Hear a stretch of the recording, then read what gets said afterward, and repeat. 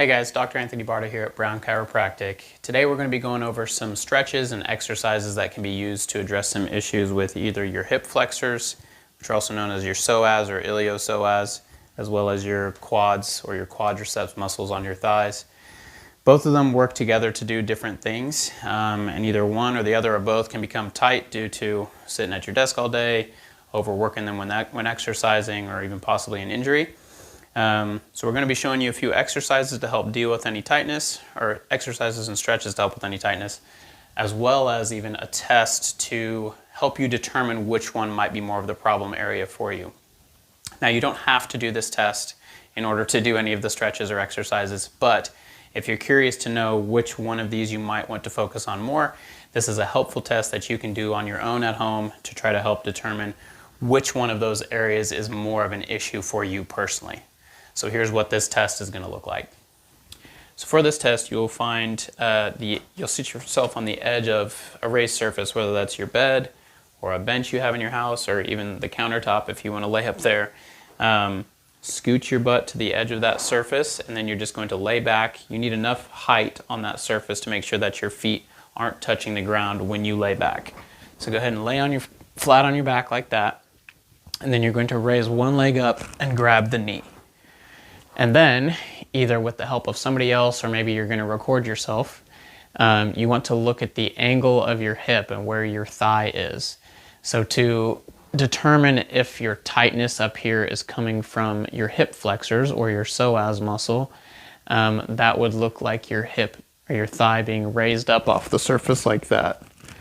If it's flat, if it can lay flat on the surface, typically that means you don't have excessive tightness in that hip flexor.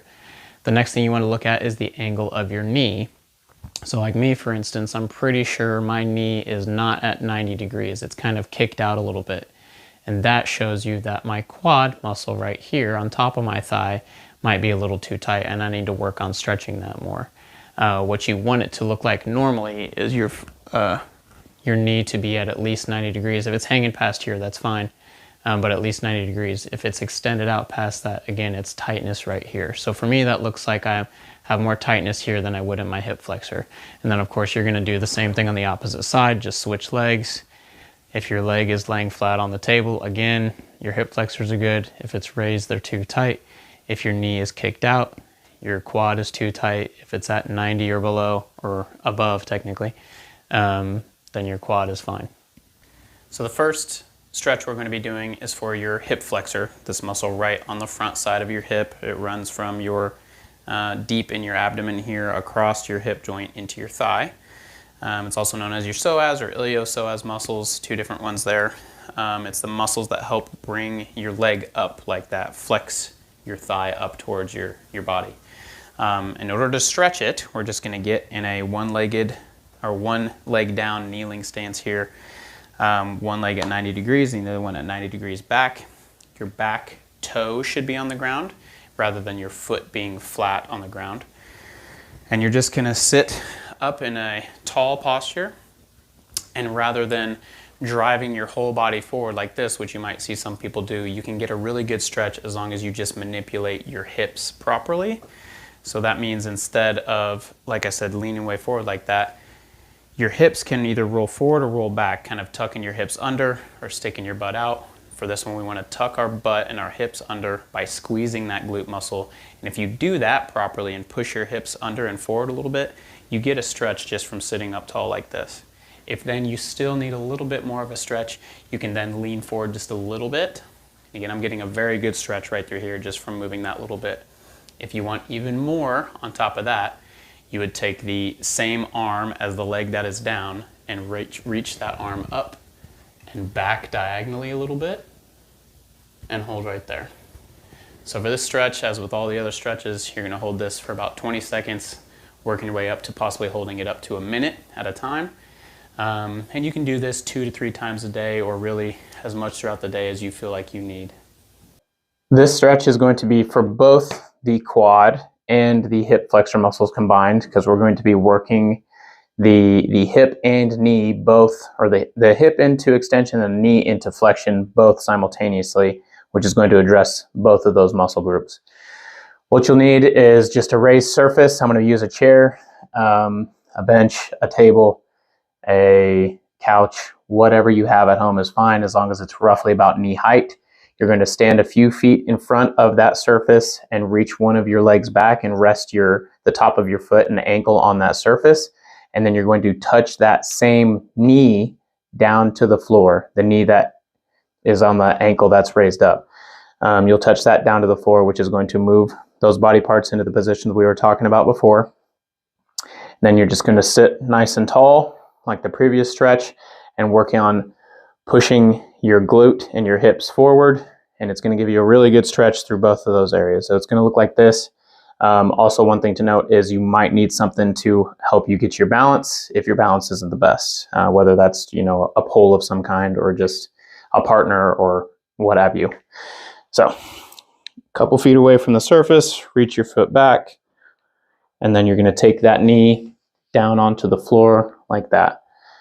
And now you're in the position where you're getting a stretch. So this knee roughly at 90 degrees, just wherever gives you good balance. And then again, up nice and tall. I'm getting a really good stretch right here. I really don't need to force myself into too much more hip extension. But like I said, to get a better stretch, again, you're squeezing that glute on the same side you're stretching, which pushes those hips forward, and you're going to get a really good stretch through here. If you want to then intensify it even more, again, you're going to take the arm on the same side you're stretching, reach that up and back diagonally a little bit. And as with all the other stretches, you can start with about a 20-second hold, work your way up to minute holds at a time, 2 to 3 times a day, or as many as you feel necessary for you. And make sure you're doing both sides, obviously. This next stretch will be for your quadriceps muscles, the 4 muscles on your thigh here. Really any position you can get yourself in where your knee is flexed like this and your hip is in a neutral position will stretch those muscles. The easiest way probably for most people is going to be laying on your side. So this can be done anywhere. If you have a yoga mat you want to put down, you can do it in bed, on the couch, on the floor. You'll lay on your side, the opposite side than the one that you're stretching. You're going to grab your ankle and try to pull your heel to your butt as far as you can comfortably. And then the focus is on pointing your knee, if you are standing, towards the ground. On your side, it's basically going to be pointing it down towards your opposite foot. So it'll look like this. Again, laying on your side, grab your ankle, pull the heel towards your butt. Knee is then pointing towards that opposite foot. Lay completely on your side like this. And again, it's all about pointing that knee down and almost, again, pushing your hip forward is a common theme here. So kind of squeezing that glute and pushing your hip forward, trying to make yourself a straight line all the way through here until your knee, like that. So it's a 20-second hold there, and again, all the way up to a minute hold. And then you would slowly release, flip onto the other side, and make sure that you're stretching both sides. Okay, moving on to a couple exercises that we're going to use to strengthen that hip joint. One exercise will be addressing those hip flexor muscles that we've been stretching, and then the other exercise will address the muscles on the back side, so the glutes and the hamstrings. The reason we want to strengthen as well as stretch these muscle groups is because during your day, whether you're overworking them and that's causing them to become tight and irritated, or if you're sitting all day with your leg up in this position, allowing those muscles to tighten up into that position over time, strengthening them can help them to relax and handle whatever you're throwing them out throughout the day. So to strengthen the hip flexors, we're going to start with an isometric hold. All you'll need is another surface about knee height. You're going to bring your foot up onto that surface using whatever you need to balance. And then once you're in that position, you're then going to actively flex and raise your foot up off of that surface by contracting that muscle. So it looks like this. Bringing your foot up onto that surface already puts your hip into a flex position, and then you're going to flex it even more actively. So this is called end range of motion strengthening using an isometric hold. So you're going to raise your foot up off of that surface and hold it there by flexing these muscles, those hip flexor muscles, and hold that for about 10 seconds and then relax. Relax for 5 to 10 seconds, and then you'll go right back at it with another 10-second hold, and you'll repeat that 5 times. Obviously, you're going to do this on both legs. If you want to, you can do 5 repetitions and then switch legs, or you can cut down the time that you do the exercise by doing your 10-second hold and then resting this side while you work this side. So it would be a 10-second hold, switch, 10-second hold. And repeat that, obviously 10 times total, doing 5 times each side. One thing to make note of, make sure that you're not leaning backward excessively in order to get your foot up off the table. If that's the case, you find yourself doing that, you're not going to be getting as good of a contraction in that muscle. So you just need to find a surface that's a little lower to the ground.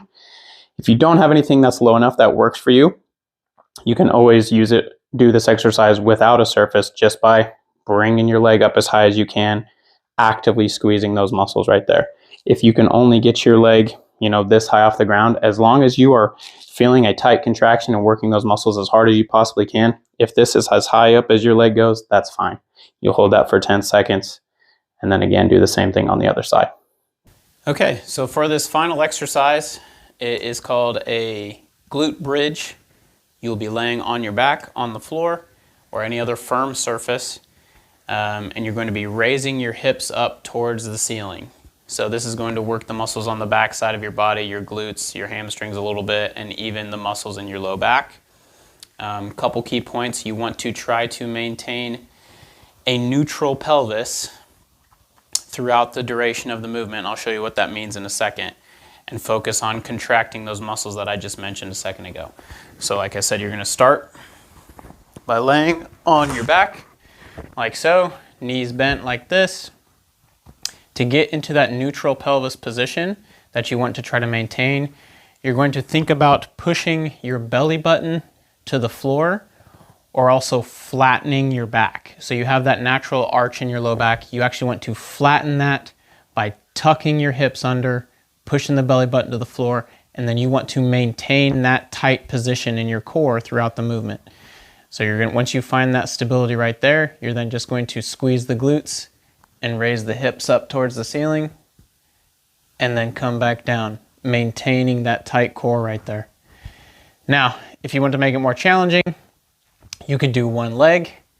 You can, when you get to the top, do another isometric hold. So squeeze and hold that, really feel the contraction right there in your glutes for about 10 to 15 seconds and then let it back down.